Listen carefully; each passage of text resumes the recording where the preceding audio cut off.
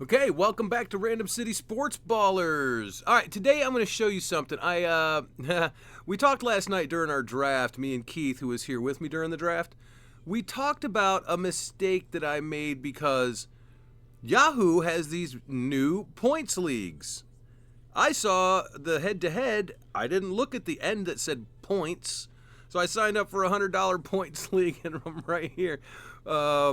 Well, when I found out, I was like, okay, I've done points leagues. I get it.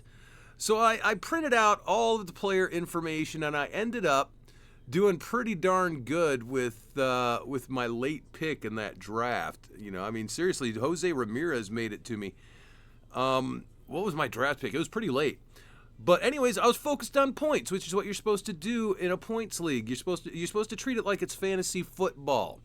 You want maximum points from each position. Like in third base, there's a cliff after Jose Ramirez, and then it just drops off. You lose like 300 points. Shortstop, if you don't get one of those first round shortstops, you're really going to be hurting. But you want to go after points, not necessarily power, not necessarily home runs, not necessarily stolen bases. Points. Your points against the other team's points, just like fantasy football. So what we put together here is I got the top catcher, William Contreras, a top 5 first baseman in Pete Alonso, top second baseman in Ketel Marte. Jose Ramirez is the top third baseman. We got Jeremy Pena because I was so busy getting other people, but his points are over 1,000, so that's good. Brent Rooker, Brian Reynolds, Ian Happ. I know Ian Happ is a weird one to be on one of my teams, but he gets amazing points.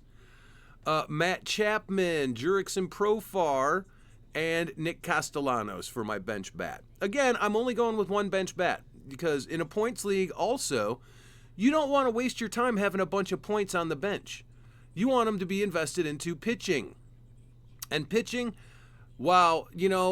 pitching is hard. You just have to have a whole lot of pitchers or you're investing too early to get some extra points out of pitcher.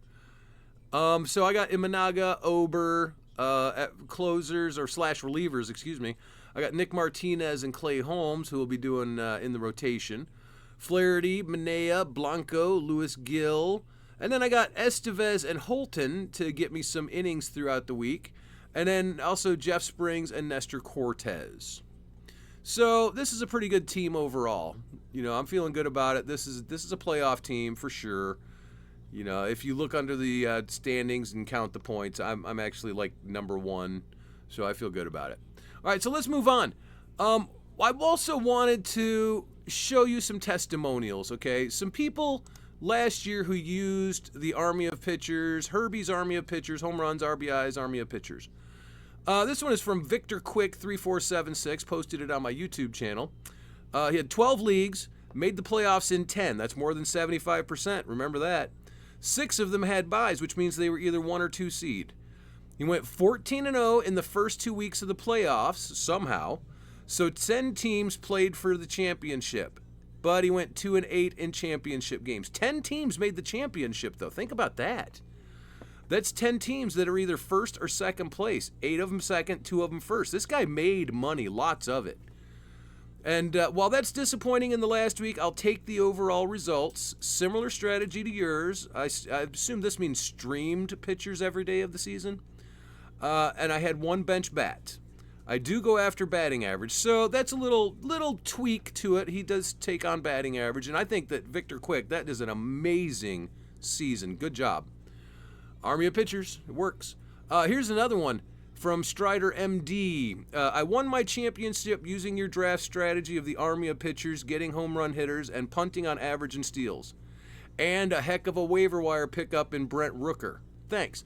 I know you guys got to remember, during last year's draft, I was telling everyone to go after Brent Rooker. I also mentioned Sawinski a couple of times, but Rooker was one that I was really focused on. And if you did draft him or pick him up off waivers, what a grab, right? So good job for Strider MD, too, winning your championship. Great job, friend. And we have another one. I had emailed with this one, this gentleman. Hi, Mike. I'm sorry. This is not an email account I keep up with very much because I had reached out to him and asked him and we discussed his league through email. He's in a keepers league, and he was given a team that was just terrible, not good at all. But he was able to put together, he's ready for this? I did make the playoffs and ended up finishing the regular season 124, 84, and 12, good enough for the 2 seed in his playoffs, but he lost by a tiebreaker. The method is extremely effective, and I have to refine it for my league, but will be repeating this year. Thank you for your help. You're welcome. I mean, I want to see everybody succeed. I may not be great at in-draft, in-season pickups, but at the draft, I know what to do with the draft. I know how to work my way around the draft positions and get top priorities where you need them.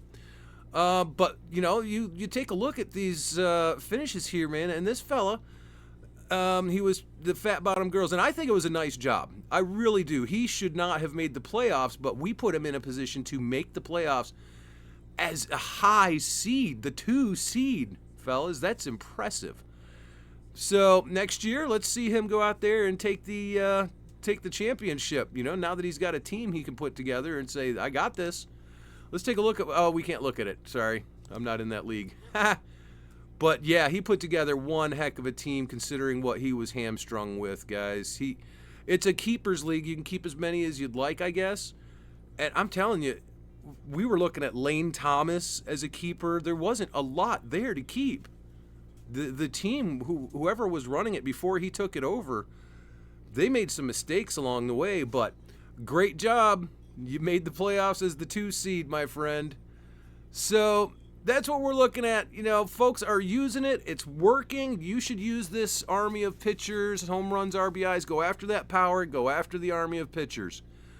And with your pitchers, make sure, as me and Keith were discussing last night, you can't punt saves, but if you're drafting this early, you don't know who the closers are yet.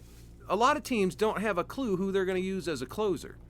So don't be out there too excited to grab closers when you can get them off the waiver wire. Anyhow, thanks for tuning in, fellas.